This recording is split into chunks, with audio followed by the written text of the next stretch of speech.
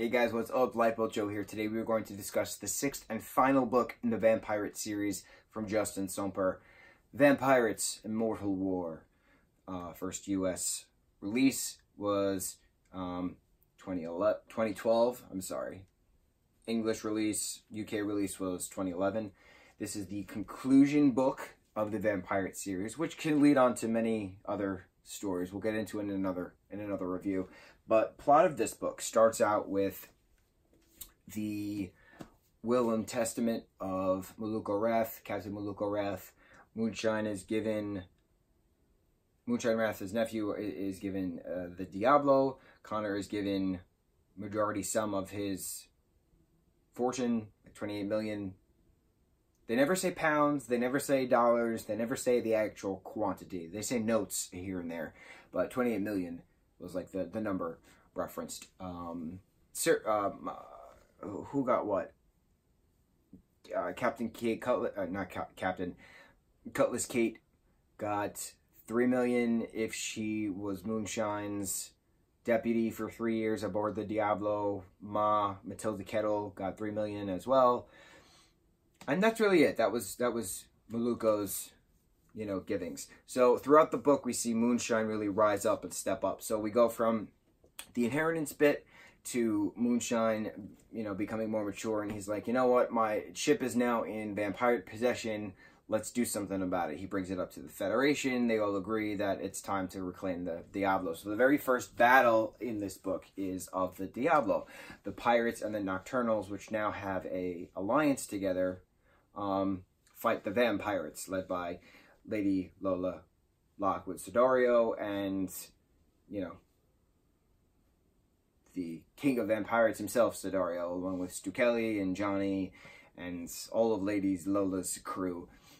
So everyone we've seen so far within the 5 books has had a comeback in this book. So the Diablo battle happens, and we find that Jacoby Blunt is alive, but he was turned into a vampire, and they kept him in a cage for the time being. And Grace is up at Sanctuary, working with Mucho and Darcy on healing the wounded Alliance members, the wounded Nocturnals, the wounded pirates. At one point, she's given 2 bodies to heal. One turns out to be Olivier, who's back, and Johnny Desperado, who was who was captain of the Diablo at that point. So she makes it an alliance with Stu Kelly to get Johnny back to, their side of the war. And Olivier unintentionally shows her this book about vampires, and it turns out Olivier himself is also a vampire. But he was doing reconnaissance to create his own healing chambers for Sidario and Lola's fleet. And then we go into more, just inner conflicts with characters, and then we go into the main war. I'm skipping a lot of stuff, but the point of this book is the fact that it's a war. It's an inner war and it's an outer war. Connor is eventually given the title of captain when he gives majority of his inheritance from Mucho to the Pirate Federation, as asked upon him by Commodore Ahab Black. Connor agrees, is given the term of captain. Then the final battle, the final war battle, is of the last 5 chapters. But prior to this, Lola gives birth to the twins named Hunter and Evil. Johnny and Stu Kelly are not happy that Hunter and Evil are in the picture again. Stu Kelly makes an accord with Johnny to, get rid of the twins during this final war. And Lola reads some fortunes and cards, kind of a thing. The other thing, before I get into the actual war part, is Mashu Kamal and Obsidian Dark, also known as the Captain upon the Nocturne, are the most useless characters in literature. Useless. But that's what's great about how Justin writes, because you want to like them because they're the good guys, but they're useless. They're absolutely useless. Turns out there was a prophecy 500 years ago that predicted the rise of the hunter, Sidario, in the rebellion upon the vampire world, and the 2 twins the two twin vampires have to, you know, fight and die, and one's going to actually, you know, cause the end of the war, right? But this prophecy was never referenced once in any of the prior 5 books. And you're reading this and you're like, why the hell is this never referenced? And then Grace goes off on a tangent to Mosh, basically saying, you're absolutely useless. There's no point of your existence. How dare you not tell me this prophecy when it clearly involves me and my brother?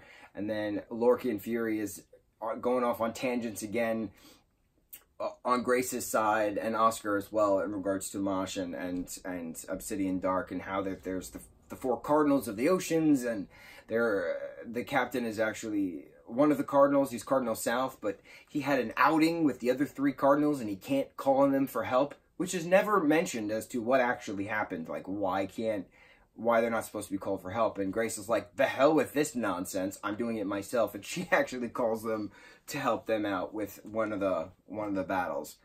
Constant battles. There's the Diablo battle in the beginning, then there's the Nocturnal the Nocturne battle, and then there's the final battle of all the ships at Pirate Academy, which is pretty cool reading the last 3 to 5 chapters, because it was very, 2 pages were a few people fighting, 2 pages were another few people fighting, 2 pages were another few people fighting. So at the very end, we have Connor, after realizing that he can multiply himself, that's one of his damper abilities. He can split into 2 people and be in 2 parts of the ship at the same time. He found this out during the first Diablo attack. You have Connor and Jacoby and Changli and Obsidian Dark all facing against Sidario. That's the very, very end battle of this moment to kill Sidario as the dawn arrives. Then Jasmine takes Jacoby's spot, and then it turns out Connor is like splits himself and like tries to lunge at Sidario, but then Sidario winds up killing him, thinking he's going to kill Jacoby, even though he made it believe that he was going to kill Changli. So it was like this thing, and then Sidario's like, no, I killed my son. Meanwhile, Johnny stole little baby Evil to give to Grace to raise her half-brother because he needed to break Lola, and then that's all taken care of, kind of. And then Sidario eventually just disintegrates into, you know, oblivion, ash to the wind, going into the ocean because of the sun rising, basically. But aside from all of this, Grace actually goes to Jack Tar's Tavern, which is another version of Davy Jones's Locker, basically, for pirates and sea dwellers, to get as many ghost pirates as she can to help fight the war. And they win the war because of the ghost pirates. And I was very happy to see these zombie pirates be all heroic and like everyone's reconnecting and stuff like that.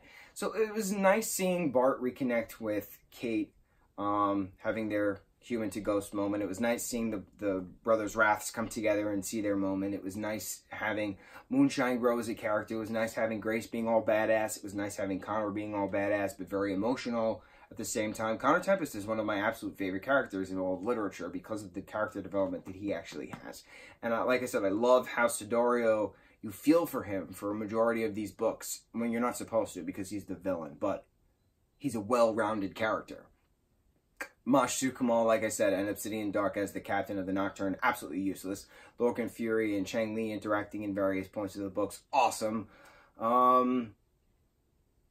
Stu Kelly and Johnny being a badass duo, awesome. I'm so glad that they're still alive. But I like the epilogue of this because it's a 7 days later kind of a thing, and Lola's still frantic because she only has one of her twins, and Johnny, Stu Kelly, Natalie, Mima, and Olivier are all part of the Vagabond crew still, and the quest is now to find evil, quote-unquote. But then you have Connor's second form, because he wasn't actually killed, it was only part of his split personality, holding the Damper book and Grace's astral travel to his boat. And he says, all right, 7 years from now, according to your book, I'm going to come back and the Dampire gene is going to be wiped away from me. I just have to go off on a mission or exploration or whatever. But the very end of the book ends with Darcy Flotsman's wedding. And Lorcan goes to Grace's room to escort her, and they're pretty dresses and they kiss, and it's very cute. Now, the interesting parts about this is that it leaves on very subtle cliffhangers in regards to where the characters are now. Now, I'm going to go back to Moonshine Wrath because we hated him for the 5 books. Not 5. He wasn't introduced in the first book. He was introduced in the second book. I believe he was introduced in the second book. Could not stand his adolescent, you know, spoiled pirate prince tirades. But this book really, really made our boy shine. And I still believe that Moonshine is gay and had a massive, massive crush on Connor. And that's why he was such a douchebag to Connor for the majority of the books. Because Connor never liked Moonshine that way. And Moonshine didn't know how to express his feelings. It's the only thing I can think of in regards to why Moonshine's character was crafted this way. Because all the signs pointed that way. Like I said, I said this a couple of reviews ago. I don't remember which book, but I always assimilated Moonshine Wrath's character with Nico D'Angelo in Rick Riordan's Percy Jackson and the Olympian books, Heroes of Olympus books, Trials of Apollo books. I always saw Nico's angsty youth, hidden homosexual aspects then coming to light tirade as what Moonshine was dealing with. Granted, there's a completely different genres, kind of, different aspects of, I was going to say film, of literature, but it's the same little tiny notes throughout the books that you're just, oh, this makes sense. He likes this guy. That's why he's just, you know, being a douchebag. It's how it is. This was a very well put together book, and I know Justin was very nervous writing a war book because he never thought he would be writing a war book, but Justin did a great job. Justin, you did a great job with this war book. I don't have issues with how this ended. I don't have issues with the little tiny cliffhangers because it leads off to other things. And like I said, in other reviews, we're going to talk about. One review is going to be the future of the series because so much needs to be discussed, especially because you bring in Lord, I can't remember his name, but he's in charge of the land Vampirates. Okay, it's another thing we got to talk about. We'll talk about that another time. We'll talk about that whole Connor going on a 7-year adventure, because guess what? It's 2019, and this book was released in 2012, so 12 plus 7 is 2019.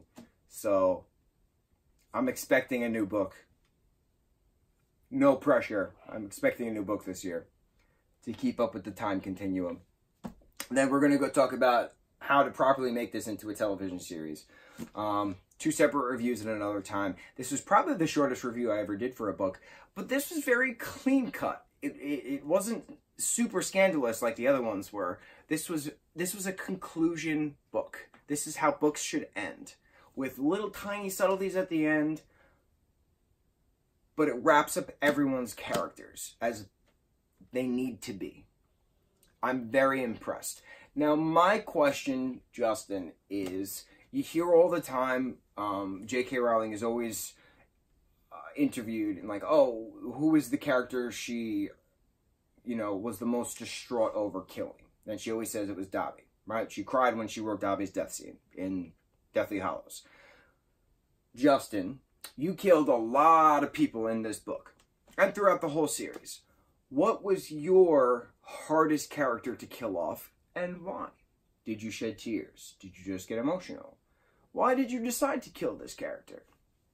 A lot of people died. A lot of people died. I'm curious. I'm just curious. It's a nice question to have. So yes, on to the next conversations, future of the series, and how the television series needs to go. Mucho mahalo, guys.